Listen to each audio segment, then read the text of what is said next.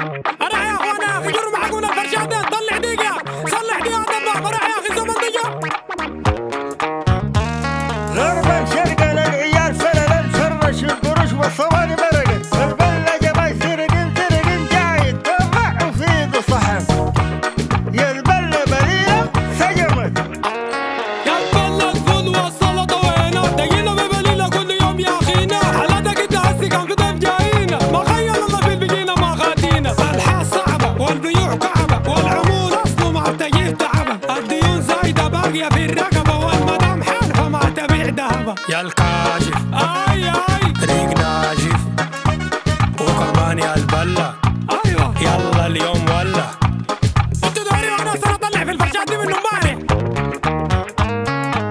والله ما داري حاجة ثاني. هذا البرنامج برعاية سايب البيت سفالي تطبيق سيروا للتنقل بشرى وغودي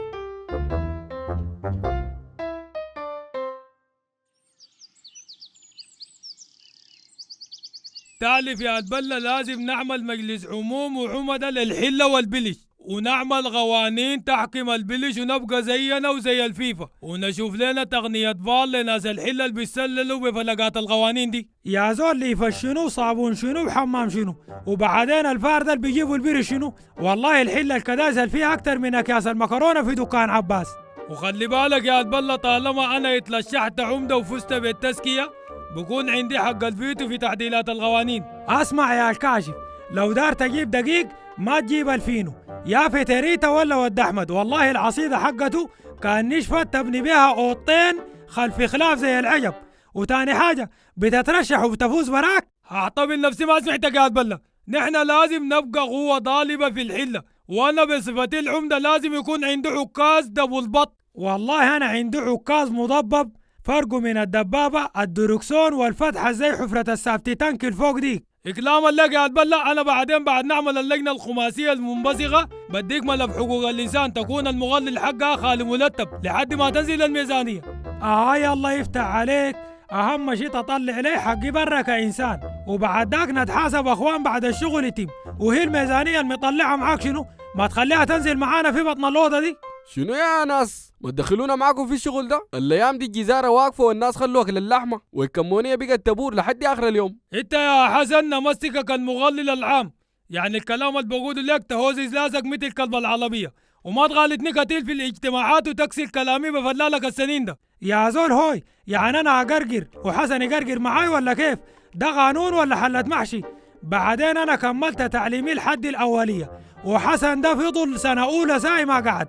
الزول ده يا الكاشف ساكت تربوي وما بيعرف ينضم. يا البلد بنا معاك يا اخي واهم حاجه نعمل قوانين بعد نجمع كل ناس الحله تحكم البلش والحله لجنة الجنة. اوعى تقول لي هنجيب يونس الكهربجي الزول ده كان دخل سلكم معانا بكهربنا كلنا. انت يا حاجه اللمين شغال في الصامت ولا لاقيت لك فوق لاي ولا جيجا بايتك كملا في الدلاله وهسي شغال معانا بالوضع المجاني ساكت مالك لي حاجه ما شطلن. قوانين شنو دا تعملها يا الكاشف للبرش والحله؟ بتدور تقطعنا ايصالات ولا الحاصل شنو؟ ثم تاني انت بتبقى عمده ساي كده قطعه خدر لا عندك اطيان لا عندك ديوان من الله خلقك شفت لك عمده ساكن بيطين وحق جار. يا حاجه اللمين العمده اصله بيبداها بيطين وتاني الشغله بالدوير.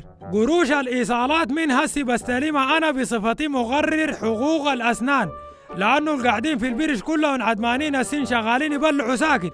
اكتب عندك يا البله القانون الاول اي صينيه اكل اقل من صنفين ما تجي داخل البلش تبكن بله لحد ما نقلل فيها. واي صحن بدل يخطوا فيه نقطه مناكيل ويرسموه زي غنم الحله يكتبوا عليهم موديل الصحن ولغم الشاسع ومكان اشتلوه من وين شعبي مدلمان ولا سوق ليبيا عشان كان لا صحن تكون بياناته واضحه. انت يا الكاشف البليله محسوبه مع المحدقات ولا وجبه كامله ولا نظام شنو؟ عندي صحن وارد دبي لكن لسه ما رخصته، اجيبه معاي ولا بتقطع عصا المخالفه؟ البليله كان مجيها بسمن وسكر بتبقى تحليه، وكان فيها شطه وبصل وليمون، ما مشكله بنحسبها جرح للتقليه. وانا غايته عندي صحانه الزمن الجميل، واحد الليل الالومنيوم والتاني الظهري حق جيرتك الزمان داك. شغلك ده يا حسن كمونيه الا نوديه المتحف القومي ويخطوه جنب التماثيل حقت اجدادنا السودانيين القدماء ديلك. يا جماعه ما تدوا العمده فرصه عشان يتكلم. القانون بتاع اللحمة والفواكه داخل صينية رمضان أهم شيء التوزيع العادل للفيتامينات داخل البلش، يعني ما يجي واحد شايل له كبدة ولا شيء في الفطور ويدنقل فيها زي الساعاتي، لازم يوزع لأخوانه في البلش. أما في حالة العصائر الفاخلة والمستولدة يا تقسم مع الناس كلهم يا تلخبطوا مع الأبلاء المشلوبة الاسمي للبلش. والله بكلامك ده الواحد كان جاب له طيبات يخليها في البيت بس، يعني هسه ده تلخبط الفراولة مع الأبرة أول مرة أشوف لي مكنة مرسيدس مركبينها في كومر. والله دي قوانين عجيبة الكاشف، يعني البرج تاني ما نجيه ولا شنو؟ أوعك يا حاجة لمين تعمل برج بوكو ولا بالكسر؟ أنا عارفك ذو الفرقات ولو حاولت تعمله إلا بتصديق مني أنا شخصيا. أهم بند ما دادين أي شافع يجي البلش، والله الشفع بيكو زي اللكشات في الشارع، تجي تمد يدك على يجي تلقاه داخل قدامك، لا بالمي إشارة لا بيديك بودي تتكلم معاه ويقعد يصلى لك وشه. وتاني حاجة بيقوا ما بيتلسلوا، الواحد أول ما شبع يقلي على الليب زي المعزوم في مطعم. أهو بالنسبة للعوض ولدك الكاشف، أنا العوض ولدي ممثل الشباب والأطفال في البلش، يعني عودوا لاقب، يعني دار العوض يبطل مدرسته ويبقى ممثل مشهور ولا شنو الكاشف؟ يا زول هوي اللي بيبقى على الشفع يبقى على العوض.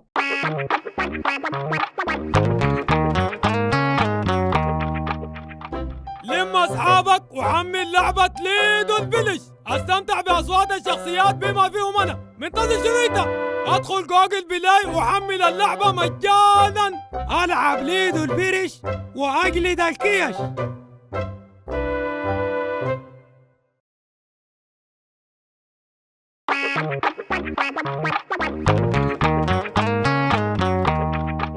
يا البلة اللزان قلب تعال شيل الصينية حقت العمدة املقها على البلش.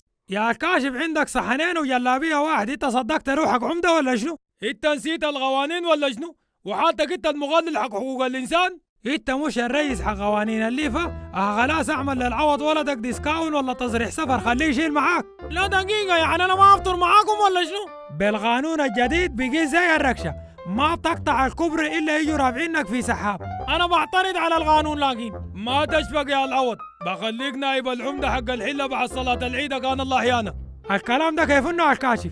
وانا ابقى حمار العمده ولا شنو؟ اسمع هنا، بما انه انا مغرر حقوق الاسنان انت سنك دي مترومه ما تنفع تبقى عمده. خلاص يا البل انا بشيل اللابلي والتمول وانت تجيب العصيده والملاح. من يومك زول بارده العصيده والملاح اشيل من هنا لحد البرش، انت معيني معاك في اللجنه دي توك توك ولا شنو زول؟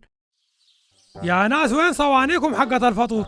انتم رصرصين كده جايين تشهدوا في محكمه ولا شنو؟ احنا الليله دي ما جينا معزومين فطور العمده ودايرين نشوف الصحان اللي فينا النمره ونضوق المحمر والمشمر ولا شنو يا جماعه؟ ما تتكلم يا بتاع قوانين الامم المتحده، قلت لي قوانين الليفه اهوين الفيتامينات اللي قلت يجيبوها في الفطور. انفخ جيبك واطبح لك خروف للجماعه ديل يا عمده الحله. لا لا لا لا لا، كان كده انا بعدل الماده 26 صفلين خاء ميم من قانون البلش. هسي ده قانون ولا نمره تاكسي؟ اسمع يا الكاشف، القانون ده باطل وانا ذاتي قدمت استقالتي من يوم الليله. الاستقاله ساي كده انت قايله زليبه ولا شنو تبلغ؟ الا بعد نشيك المراجعه الماليه وتعمل تسليم وتسلم للعوده. انت البلة اتعينت ودوك عربية ومسكوك الخزنة، والله ما شاء الله. طبعا بحكم السن مسؤول البرج من يوم الليله انا ده، وانت يا الكاشف ما تندرع لك في شغله ما بتعرفها، وما اي زول لفح له عمه وطاقيه بيبقى عمده. والله النصيحة كلامك في محله يا حاج اللمين، القصة ما فهلة ولا غشاي. والله كلامكم صح يا جماعة، يا الكاشف عليك الله ما تلخبط علينا الواطة ساكت، خلينا هالحلة واحدة ويد واحدة. العمودية يا الكاشف دايرة لها عطيان، وانت غير الطين الملصق في شربك ده ما عندك الحبة دي، ودايرة لها زول حكيم وزول حلال مشاكل وديوانه ما بيفضى. غايته اسلو ما بتطولوا كله. انا كنت دايل اعمل لكم هيبة والحلة تبقى زي أوروبا اللاتينية والبلش يبقى دولي، وتاني نفط الفطول بتاع ملوك ويكون صحي وكامل الدسم. داير تبقينا زي أوروبا القسطنطينية بعصيدة روب وجكابري مسيخ، معناها يا جماعة أخونا الكاشف ده إنجاب لنا في يوم فرختين وصحن شية، مع آخر لقمة حيعلن قيام الحرب العالمية الثالثة.